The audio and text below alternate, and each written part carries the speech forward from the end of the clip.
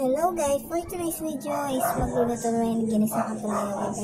So, slice muna natin yung ampalaya para mababad na natin siya sa tubig na merong asin para hindi siya masyadong mapait. Tanggalin muna natin yung gitna dahil hindi mo siya kinakain. Hatiin natin yung pa-slide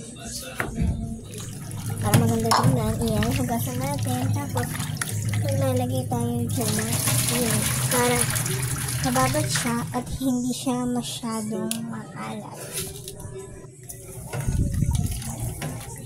Sasin natin. And maghihiwa na rin tayo ng bawang.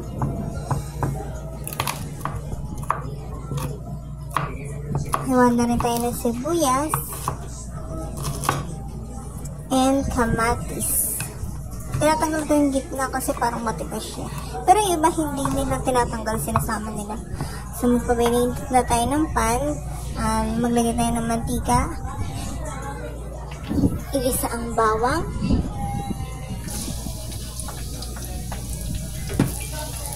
Ilagay ang sibuyas.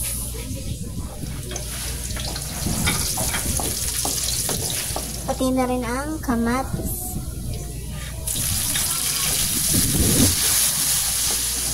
Sa lang. Takpan natin. Tapos, maya ilagay na rin natin yung ampalaya. Tinanggal ko na yung tubig niya. Halo-halo lang. Takpan. Lagyan din na konting tubig.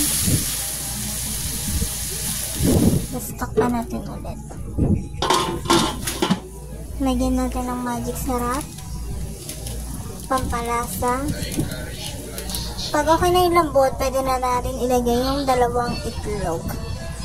At medyo halu-haluin natin. Ayan. Sobrang healthy ng dish na to. Try nyo na.